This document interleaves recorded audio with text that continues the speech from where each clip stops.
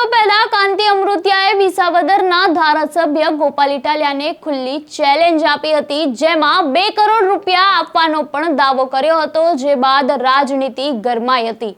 ત્યારે મોરબી અને વિસાવદરના ધારાસભ્યો વચ્ચે ચેલેન્જ રાજનીતિ હવે ચરમસીમાએ પહોંચી હોય તેવું લાગી રહ્યું છે। ત્યારે મોરબીના ધારાસભ્ય કાંતિ અમૃતિયા વિસાવદરના ધારાસભ્ય ગોપાલ ઇટાલિયાને આપેલા પડકારને પૂર્ણ કરવા માટે પોતાના સમર્થકોની લગભગ 100 ગાડીના વિશાળ કાફલા સાથે ગાંધીનગર પહોંચ્યા હતા। ત્યારે આ મામલે વિદ્યાર્થી નેતા વ્યુરાજસિંહ જાડેજાએ વિધાનસભામાં કાંતિ અમૃતિયાના કાફલા સાથે પહોંચતા સવાલો ઉઠાવ્યા છે। ત્યારે શું વાત કરી છે, આપણે વિગતે વાત કરીએ।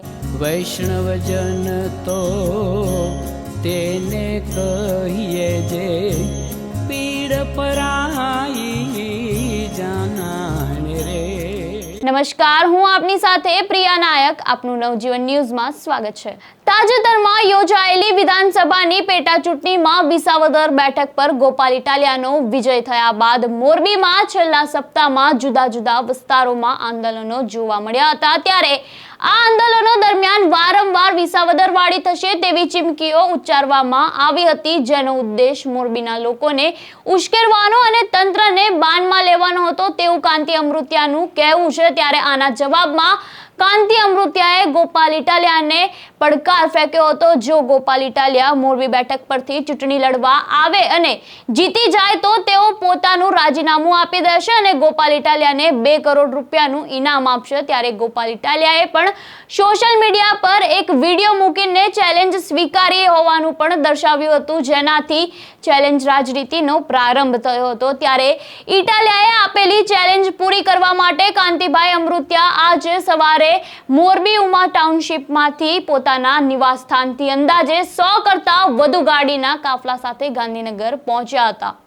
જ્યાંથી તેમણે જણાવ્યું હતું કે મને ગોપાલ ઇટાલિયાએ લડવા માટે આહવાન કર્યું હતું, એટલે હું અહીંયા આવ્યો છું। ત્યારે હું મારા કાગળ લઈને પણ આવ્યો છું। જો ગોપાલ ઇટાલિયા આવશે તો હું મારું રાજીનામું આપી દઈશ, તેમજ ગોપાલ ઇટાલિયાની 12:15 વાગ્યા સુધી રાહ પણ જોઈશ। જો કે 12:15 વાગ્યા સુધી ઇટાલિયા ન આવતા કાંતિ અમૃતિયાએ ફરીથી જણાવ્યું કે જો ગોપાલ ઇટાલિયા હજી પણ શપથ લઈને રાજીનામું આપતા હોય તો હું હજુ પણ 2 કલાક બેસીશ।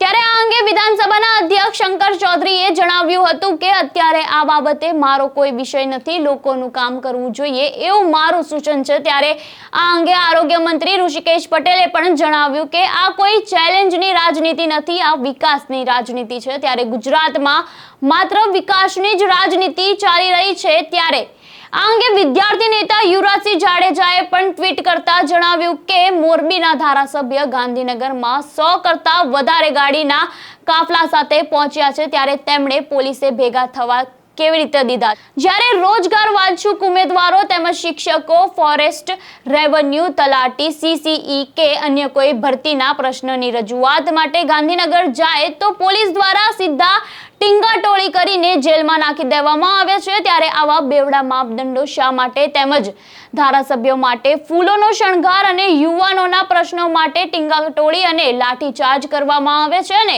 અટકાયત પણ કરવામાં આવે છે। ત્યારે હવે ફરી એકવાર રાજકારણ ગરમાયું છે। ત્યારે આપનું આ અંગે શું કહેવું છે, અમને કમેન્ટ બોક્સમાં આપના મંતવ્યો જરૂરથી જણાવજો અને આવા વધુ સમાચાર માટે જોડાયેલા રહો। ત્યારે પલપલની અપડેટ માટે નવજીવન ન્યૂઝને સબસ્ક્રાઇબ કરવાનું ભૂલતા નહીં, તેમજ વિડીયોને લાઈક કરવાનું પણ ભૂલતા નહીં।